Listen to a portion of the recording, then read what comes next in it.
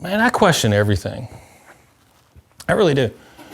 I want to believe that we're not constantly being lied to because I have more faith in humanity than that. But, you know, it's almost like a house of cards. When one or a few things you have found that you've been lied to, then it's like, okay, what else have they lied about? You know, like RFK Jr. Says the CIA killed his uncle. Now, who do you think is going to have more information on who killed your family than yourself, right? His father was assassinated, his uncle was assassinated, and he's like, yeah, the CIA killed my uncle.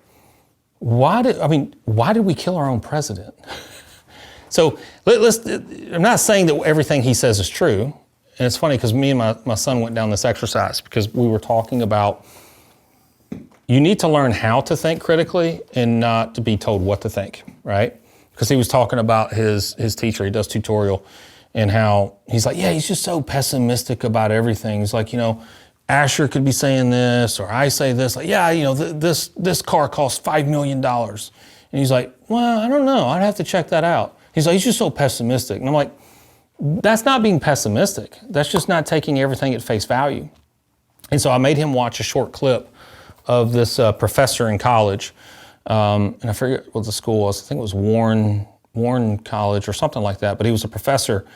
And he has this exercise where he had students, and I'm just trying to give it context, where it's like a critical thinking class. And he's like, you know, we just set it up with, you know, ask me anything. And so off camera, you can hear the student asking him, all right, given the fact that J.K. Rowling is a transphobe, do you now view her work as far as Harry Potter in a different life? And it was really cool how he did it. And you know, we should probably leave a link below to this video because it's short, it's like 5 minutes long. He's like, well, first let's back up. When you say, given the fact that J.K. Rowling is a transphobe, what has she said that was transphobic? And the student was like, well, I mean, it's pretty well known. I mean, people have said that she's transphobic. And he's like, okay, so other people have said that, but let's not lean on what other people have said. What have you seen that has been transphobic? He said, well, there's been tweets. He's like, okay, give me one, give me an example. And he's not defending J.K. Rowling, however you pronounce it.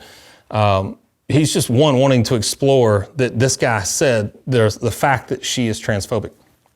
And so he pulled up a tweet and read the tweet. He goes, okay, based on that tweet, what do you deem was transphobic? He's like, well, one could perceive this portion of the tweet as saying that it was basically, you could make the assumption that she's saying, okay, don't allow women to participate in arenas with men because it's not fair footing, right? And I'm paraphrasing what the professor said.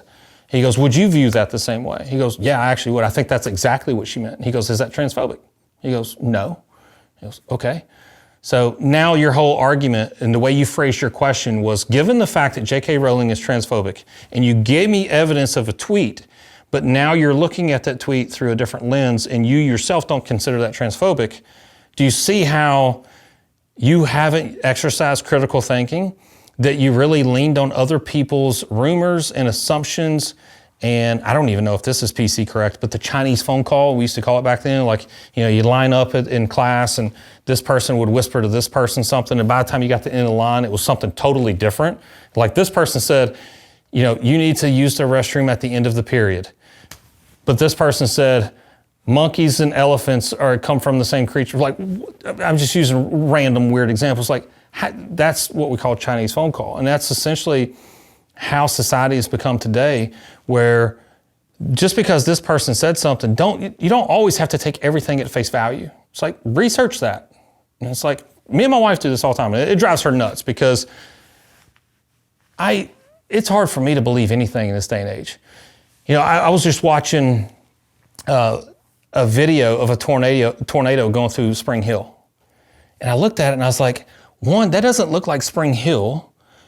And two, the other videos that we saw from the news stations of the tornado going through Columbia and Spring Hill, the sky was really dark and only the lightning was lighting up the funnel cloud that was on the ground. This one was clear skies in the background, super flat. And if you know Middle Tennessee, there are areas of Middle Tennessee that is flat, but it is gently rolling hills. Like this looked like Kansas. And then when you look at the tornado, you see telltale signs that this is artificial intelligence. Like somebody created this video, right?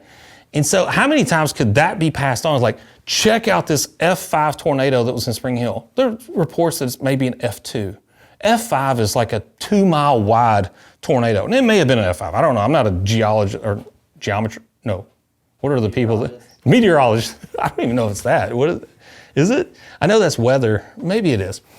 I know what geology is, and I know what geometry is, but it's one of those ologists, right?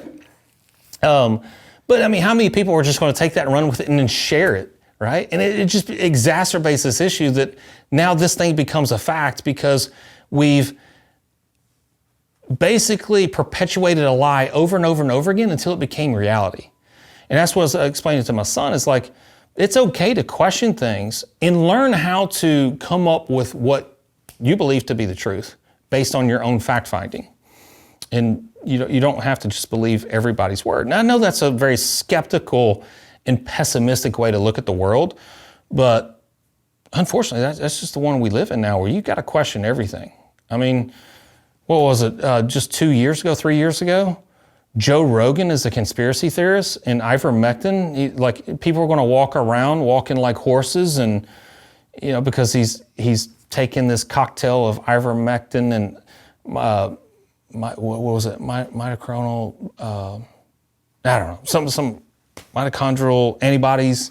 Anyways, now they've come out and said they suppressed ivermectin, something that was readily available on the market, cheap and effective, and that some doctors were using this on their patients and it was working. But why was it suppressed? Nobody owns ivermectin. It's not a vaccine. There's hardly any money you can make on ivermectin.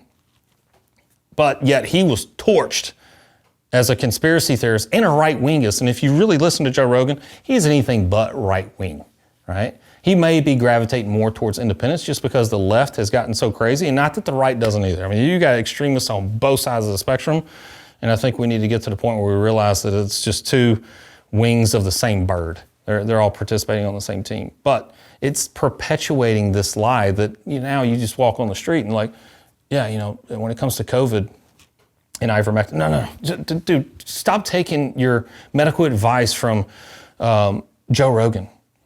It's like, dude, he may have accidentally been right, but he was right, especially for his situation. So anyways, I was trying to teach my son how to critically think about things that he takes as face value to be fact.